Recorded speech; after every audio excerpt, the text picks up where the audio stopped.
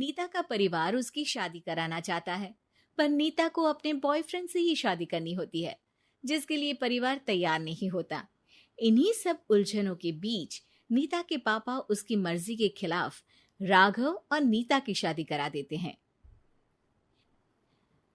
शादी ਤਾਂ ਤੁਸੀਂ ਮੇਰੀ ਕਰਾ ਦਿੱਤਾ, ਹੁਣ मैं भी देख दिया ए परिवार खुश किवें रहंदा है। अपने गुस्से के चलते नीता शादी के अगले ही दिन से परिवार में सबको उल्टे जवाब देना, किसी की कोई बात ना सुनना और अपने मन मुताबिक रहना शुरू कर देती है, जिससे घर में सबको दिक्कत होती है, लेकिन नीता को कोई कुछ नहीं बोलता। एक दिन सास नीता के पास आती है। बहू की गल, तुसी किवें नाल या किसी गल से नाराज हो? तुहानू मेरी फिक्र करन दी कोई लोड़ नहीं, मैं ठीक हाँ।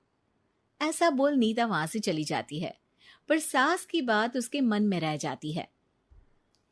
शादी के अगले दिन से ही मैं सब दे नाल किन्ना औखा बिहेव किता, फिर भी आप मेरे तो इन्ने प्यार नाल गल किवें कर सकदी आ। मां नू नफरत करनी नहीं आउंदी, ऐस करके वो सोचती आ कि एक ना एक दिन तुम्हारा गुस्सा भी खत्म हो जाऊगा। यह कदे नहीं हो सकता। इससे पहले राघव कुछ बोलता, नीता का मोबाइल बजने लगता है, जिस पर राघव वहां से चला जाता है और नीता फोन पर बात करने लगती है। जिसके बाद अगले दिन से नीता की जैसे ही आत्मा बदल गई हो, वो बिना किसी के बोले घर के सारे काम कर देती है। उसकी ऐसी काया पलट देख राघव और उसकी माँ हैरान रह जाते हैं। बहू तबियत शबियत ता ठीक सी? तबियत छड्डो मां, मैनू लगदा इसदा दिमाग हिल गया। ए तुसी दोनों की गल करी जांदे हो? मैं ठीक आ ते मेरा दिमाग भी। बस आज रियलाइज हो गया कि मैं अपने गुस्से विच कितना प्यारा परिवार ठुकरा रही सी। नीता की बात सुनकर सब बहुत खुश होते हैं और अब नीता सास की सेवा से लेकर पति की हर बात मानने लगती है, जिसकी वजह से कुछ ही समय में घर की सारी भाग दौड़ उसके हाथों में आ जाती है। उसी के साथ सास और राघव भी हर काम के लिए नीता पर ही डिपेंड हो जाते हैं। नीता मेरा लैपटॉप किथे आ? बहू मेरी दवाइयां। अब नीता अच्छी पत्नी और सर्वगुण संपन्न बहू बन गई होती है और इसी तरह विश्वास जीतते हुए एक दिन तिजोरी की चाबियां भी उसके हाथ में आ जाती है। ऐ हुई ना गल, हुन आएगा जिंदगी विच स्वाद। तिजोरी की चाबियां हाथ में आती ही नीता एक रात सास और पति के सोते ही सारे गहने और कैश लेकर घर छोड़ अपने बॉयफ्रेंड के पास चली जाती है। रवि मैं आ गई, अब सानू कोई अलग नहीं कर सकता। ते वेख मैं सारी ज्वेलरी ते कैश भी साथ ले आई। नीता की ये बात सुनकर रवि खुश हो जाता है और वो दोनों साथ रहने लगते हैं, जिसमें नीता पूरा समय काम करती है तो रवि उसके लाए पैसों पर ऐश करता रहता है। मैं तेरे तो प्यार कर दिया ता करके ससुराल छड़ाई, और एक तू आ जो पैसों दे आगे कुछ भी नहीं देखदा। ओ महारानी अपने काम तो काम रख, मेरे ते जुबान लड़ान दी जरूरत नहीं, वरना इस घर तो बाहर कर देना है। ऐ मेरा घरा तेरा ससुराल नहीं, जीवे मन किया रहली इथे रहन लाई, हाथ चला जुबान नहीं। रवि की बातें सुन नीता के सिर पर जैसे आसमान ही टूट जाता है।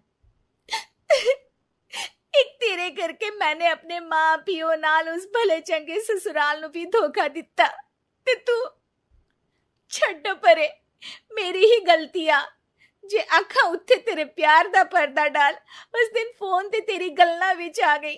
जे नहीं आउंदी ता आज खुशी नाल उथे ही बैठी होनी सी। ए भाषण उन्ना दियो जिससे इसका फर्क पड़े, मेरे कॉल नौटंकी नहीं। रवि वहां से चला जाता है और नीता रोती पछताती वहीं बैठ जाती है। हाय रब्बा, ए मैं की कर दिता, उस घर विच भी वापस नहीं जा सकती। एक ता घर छोड़ा, नाल चोरी भी की, कोई मेहणु माफ नहीं करूंगा।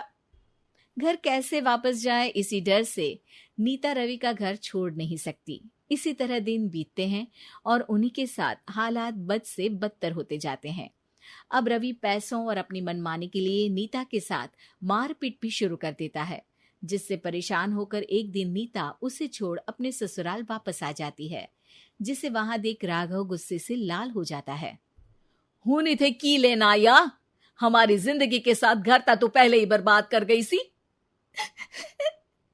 जान दिया, मेरी गलती माफी लायक नहीं। मैं कमली सी उस ढोंगी नु सच्चा प्यार दे इस सच्चे प्यार नु बोझ समझती बैठी। मैनू माफ कर दो। जे मेरी नूर रानी समझ गई आ कि उस तो गलती हुई आ, फिर किस बात का रुसना मनाना। केड़ी नूर रानी? रानी बोलन जोगा इसने केड़े झंडे गाड़ दिए? मां याद कर, तेरे घर बिच चोरी कर बहू ते पत्नी सब रिश्ते तोड़ भाग गई सी।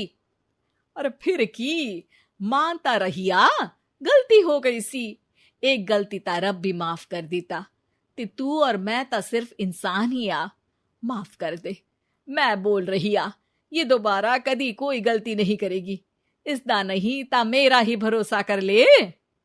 ठीक आ, जिवे तुहानू ठीक लगे, पर इसे बोल दे मेरे कोलो कोई उम्मीद ना रखे। तुसी जीवे कहोगे। अब सास हर रोज राघव को मनाने की कोई ना कोई नई तिकड़म बताकर नीता को उसके पास भेजती रहती है, जिससे कुछ समय बाद नीता का पछतावा और कोशिशें देखकर राघव भी उसे माफ कर देता है।